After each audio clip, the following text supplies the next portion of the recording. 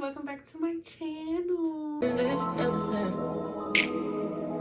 and out, in and out, in and out. Arguing, trifling, difficult. Let more. I don't know why you love me. Today I'm basically just gonna be talking about the 10 things that I wish I knew. Wait, no, that's not what it's about. 10 things I learned my first year of vet school so you don't have to learn it in 10 minutes. Can I do 10 minutes? We're gonna try. Disclaimer before I start this video, I want everybody to understand and to know, one, not every vet school operates the same, so therefore take my advice not with a grain of salt, but tailor it to the vet school that you're going to be applying to or that you're thinking about, and just have these in the back of your mind as you are about to begin or about to be blessed with the information that you got into veterinary school soon, because that's coming out soon, y'all. It's coming out soon, especially for interviews at least. So take it with a grain of salt. Not every school operates like Virginia, Maryland. I'm speaking on my experience. Let's get into this video, y'all. My first thing that I learned is you think you know how to study, you don't. Now, there are some of the very blessed, exceptional people out there who knew how to study in undergrad and know how to study now, or study well prior to coming to vet school. If you know that, let me just take a... That was not me. I did not know how to study, and the only reason I learned how to study was probably because I took an advancement exam. I think taking an advancement exam really does teach you how to study. So the last thing you want is to learn how to study last minute, and because you're taking an all or nothing exam. Like, you know what I mean? So I learned how to study because of that. And I think that studying looks different for everybody, but I realized that my dynamic duo, which I showed y'all in previous videos, my laptop and my iPad, and I'll put a clip in so y'all can see what I'm talking about, how I study. That's my dynamic duo. I can literally not study, like properly, effectively download and understand material in my head if I'm not typing it out and reading at the same time. I think that really has solidified my studying, and then making like charts or finding a way to condense a 40-50 slide PowerPoint into 1 or 2 pages is very, very helpful. When you come into veterinary school, spend your first 2 weeks learning how to effectively study. Like, what does that look like for you? Trying methods that work and methods that don't work. What do you feel like if you could actively recall information? That's gonna be what works for you. So that looks different for everybody, so let's keep that in mind. But I can't live without my iPad and my laptop. Shout out my MacBook and my iPad for connecting, because ever since then my life has been in bliss. Okay, also keep in mind that your study measures are going to change, vary to each class, whether that be you have individual classes like anatomy, pathology, physiology, whatever, or if you have conjunctive learning like Virginia, Maryland, where we have classes like normal animal and dealing with threats and moving and breathing and circulating. Your study methods will change per class, so don't feel scared or shocked if you were learning one way in one class and you learn differently now. The next thing that I learned is financial budgeting is important. And y'all already heard me in my last video talking about how I have a spending problem. I definitely think budgeting your monthly, you know, what you're going to spend, what your rent is, what your utilities are, blah, blah, blah. That's important, just off the sheer fact that I think nobody wants to be in vet school and stressing about finances. And unfortunately, this profession already comes with a lot of financial stress, with being as though we have undergrad debt and we're taking out more loans to go to vet school, more loans to live. We have a lot of debt, right? And then half of us can't work jobs because we don't have time. So I think that you figuring out a budget of how much you're going to spend each month and sticking to that is effective. I'm still learning that. I learned it my first year, but I'm still learning it. So don't beat yourself up either if the things I'm saying you're still learning, because that's okay. Learning isn't linear, and neither is healing. So, you know, here we are. Budget effectively. Budget like your life depends on a budget. Like, if you don't budget, you're going to lose all your money. That's how you should budget for vet school. So my third point is expect long days and long nights. Free time is minimum as a vet student. There's no time to be a person sometimes. And that really does suck. Like, I really feel like I want everybody to understand that literally I had a lab today that y'all probably see in a vlog or something. But I had a lab today that started at 12:45 p.m. and it ended at 5 o'clock. So the whole time, now was it a fun lab? Absolutely. Like, I love the lab. But 12:45 p.m. after lunch to 5 o'clock where I was on my feet. And yeah. So that's what I mean when your days are long. Your days are long. And sometimes your nights are even longer because you have to study, right? Because you still, Lord forbid, you have a test the next couple days. You still got to study. Like, study doesn't go away. So free time is minimum, and fear of missing out is a real thing. It's very real. So I want you to understand and to know that although you may be sacrificing right now, eventually it's going to pay off. And you should know that, you know, coming in. Sometimes you really have to, oh, that's a point I have under here too. Make your own fun. A lot of the vet schools are not in super high populated areas where everything's fun. There are a few, I think, that are in fun areas, but most of the time they're not in fun areas. Like, I'm in the middle of Blacksburg, Virginia. The nearest hair store is 40 minutes away. So it's kind of like you kind of gotta pick your poison for the next couple years and make your own fun. Like, what did I do the other day? I'm trying to think of something fun I did.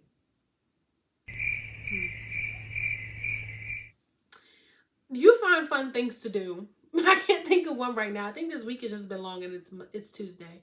Y'all saw my last vlog. We went to karaoke. That was super fun. We did a day trip to Charlotte.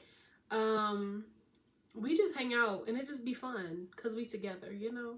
So making your own fun is important, and it kind of helps decrease fear of missing out a little bit. My next point, networking is key to building relationships both in vet school and out of vet school. You got to build relationships. I'm realizing now, like, I mean, I realized it first year too, but you get opportunities and leeway and respect when you step outside of yourself. And what's on my shoulder? When you step out of yourself and you make connections, like choosing to reach out to people and to converse with people and talk to people and getting to know them is so important, especially our professors, because half the time they're people too. So they want to talk. They want to talk about their kids. They don't want to always talk about veterinary medicine. And even then, when they do want to talk about veterinary medicine, imagine you being there talking to them about regular people stuff, and now they're like, oh, like, I learned something about her that I never knew. Like, I was talking to one of my professors and she was like, what's your track? And I was like, oh, I'm mixed, so I want to do like exotics and stuff like that. She said, exotics like birds? And I was like, yeah. She was like, I never knew that about you. She said, I love birds and I wish you had said something because I have this opportunity and that opportunity and this opportunity. I'm like, I didn't even know you was into birds, babe. I had no idea. So like, thank you for sharing that with me, because now we can connect. That's a connection. My next point is imposter syndrome does not go away even once you get into veterinary school. Okay? Heavy on it. Imposter syndrome is basically just where you feel like you don't belong in a certain community that you're in, right? Okay, so for example, transparent moment for a second.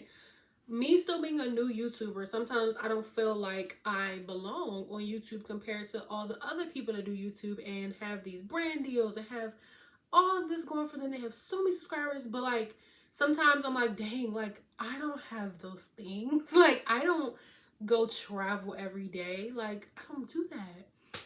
And sometimes it can make you feel like, oh, I don't belong here. Like I don't fit in here because I don't know as much as they do. I don't have as much as they do, or this. Same thing is true for vet school. I still have those days where I listen to my classmates spew information out and I'm like, like I laugh like, I do not know that. And then you be like, dang, do I belong here? Or like days where people are in lab and they're spitting out information. This is that, this is this, this is that, this is this. And you like, how do we sit in the same class and then in like not even an hour or two after class, you have this information down and I don't know it?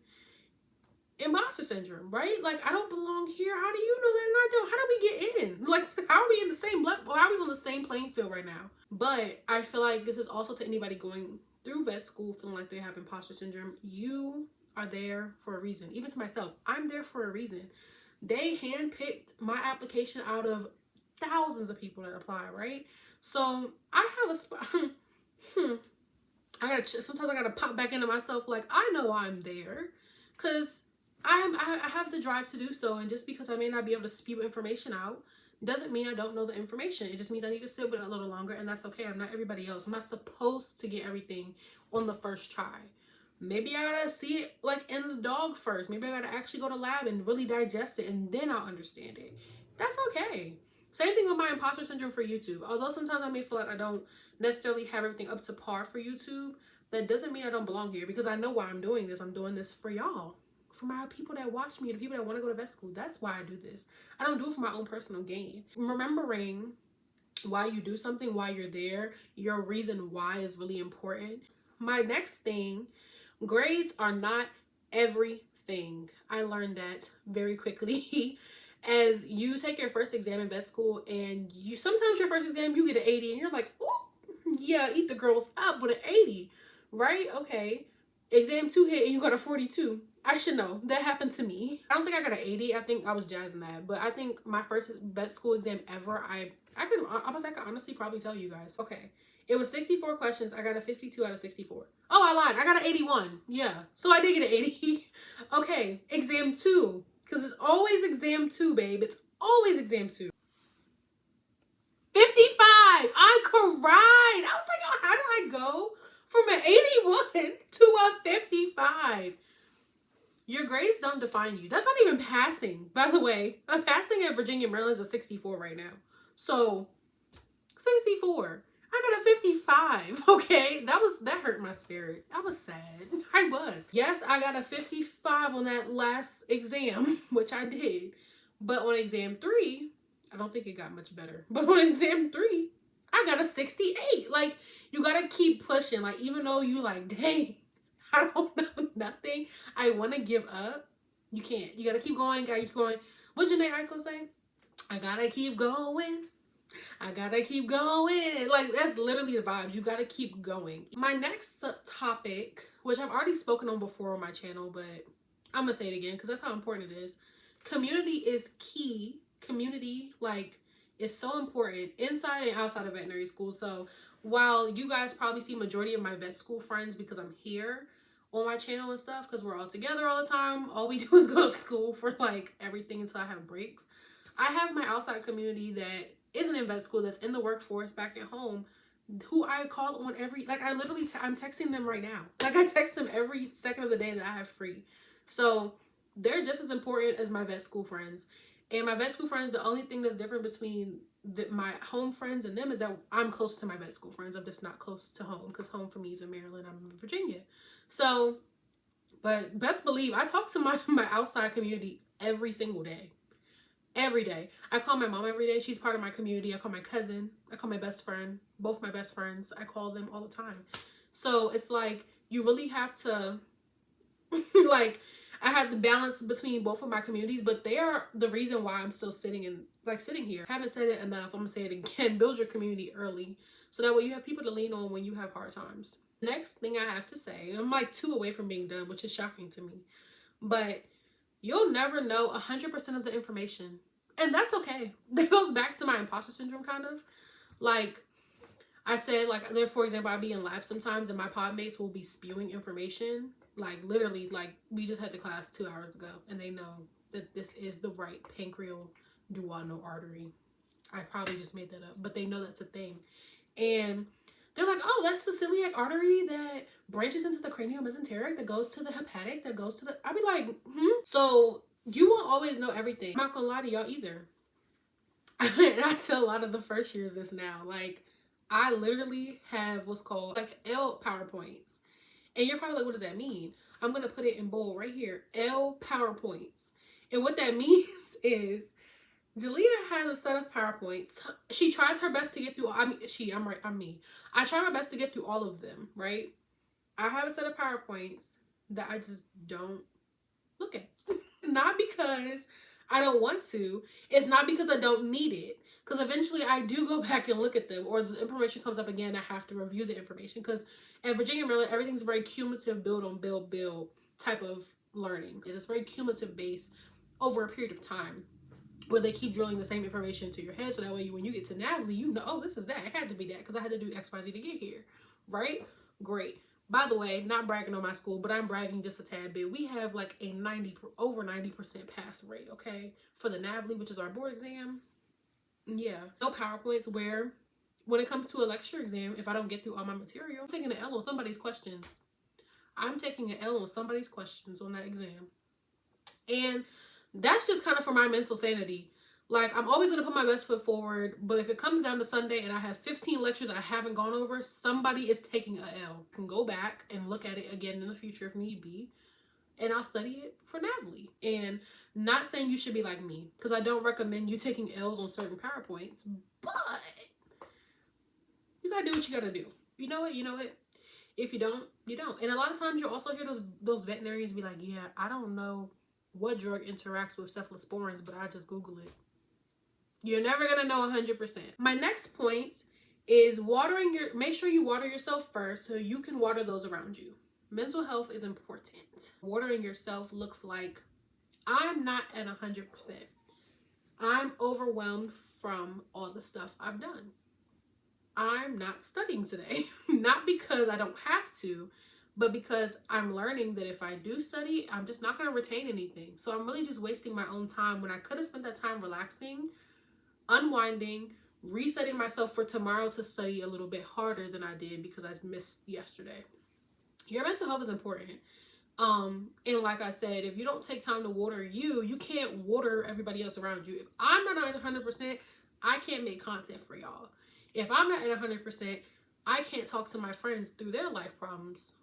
If I'm not at 100%, I can't even pep talk myself through my life problems. You know what I mean? In the days you don't feel like studying, I don't think you should power through unless you have an exam. Then maybe you have to power through and maybe rest after the exam. For example, we were in our last unit that I just finished, and everybody was like, have you seen the eating and eliminating schedule? Have you seen it? Have you seen it? Oh my gosh, we're in class every day till 5 o'clock and we don't have no free time. We have a lab exam and a lecture exam compared together and they go together. I was like, I'm not looking at the negativity. I'm still in breathing and circulating. I'm not looking at that. Is the schedule like a hot mess? Absolutely. However, I'm choosing peace to relax, digest that, have my fall break, and then I'll worry about eating and eliminating. Y'all not gonna stress me out. You can look at that schedule. I'll look at it when it's time to look at it. Right now, it's not time. I have a final to worry about. I'm not worried about the next unit or what it's gonna look like for clinics. I'm not there yet. And the same thing goes for talking about grades or talking about what you put on the exam for this question. If that's not your thing, remove yourself. Don't subject yourself to that just because other people are. My last final point, time management and discipline is important. And this is also something I'm still learning. But it's so important, and I recommend that you get on some sort of mini schedule.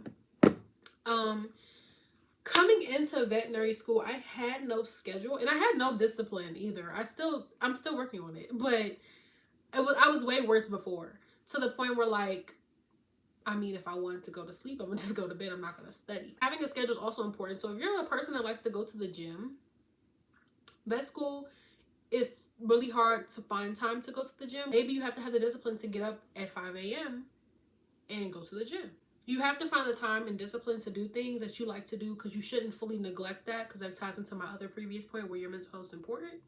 So you should still do the things you like to do that bring you happiness and peace and comfort, but you have to do them with discipline. This is supposed to be a 10-minute video. It's probably not. That should have been a discipline point if you guys are picking up my drift, okay? Thank y'all so much for watching this video. I hope it helped you. I'm still coming and trying to figure out like what vet med content I just want to throw out there for you guys, especially for the people applying next cycle or the people that are applying this cycle.